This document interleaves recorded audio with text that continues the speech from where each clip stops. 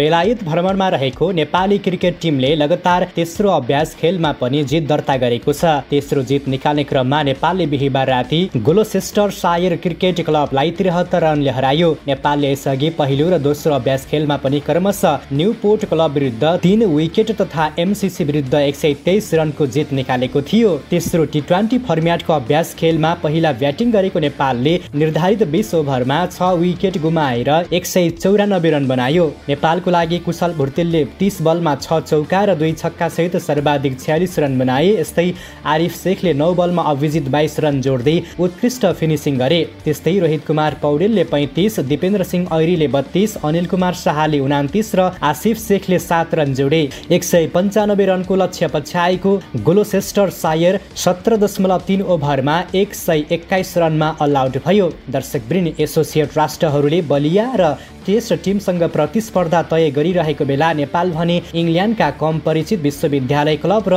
स्कटल्यान्डको ए टिमसँग अभ्यास खेलिरहेको छ। यसले नेपाली क्रिकेटको दीर्घकालीन रणनीति र तयारीमाथि गम्भीर प्रश्न पनि उठाएको छ। जबकि यही समयमा युएईले घरेलु मैदानमा बङ्गलादेशसँग टी20 सिरिज खेलिरहेको छ।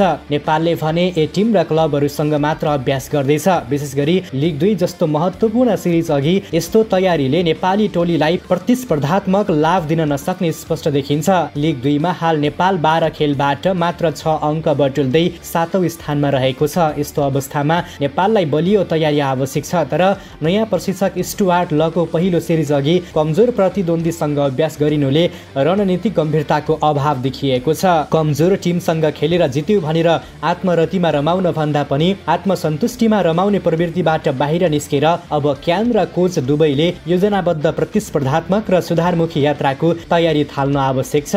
दर्शकवृन्द, तपाईँ यो विषयमा के भन्न चाहनुहुन्छ? आफ्नो विचार तलको कमेन्ट बक्समा अवश्य राख्नुहोला।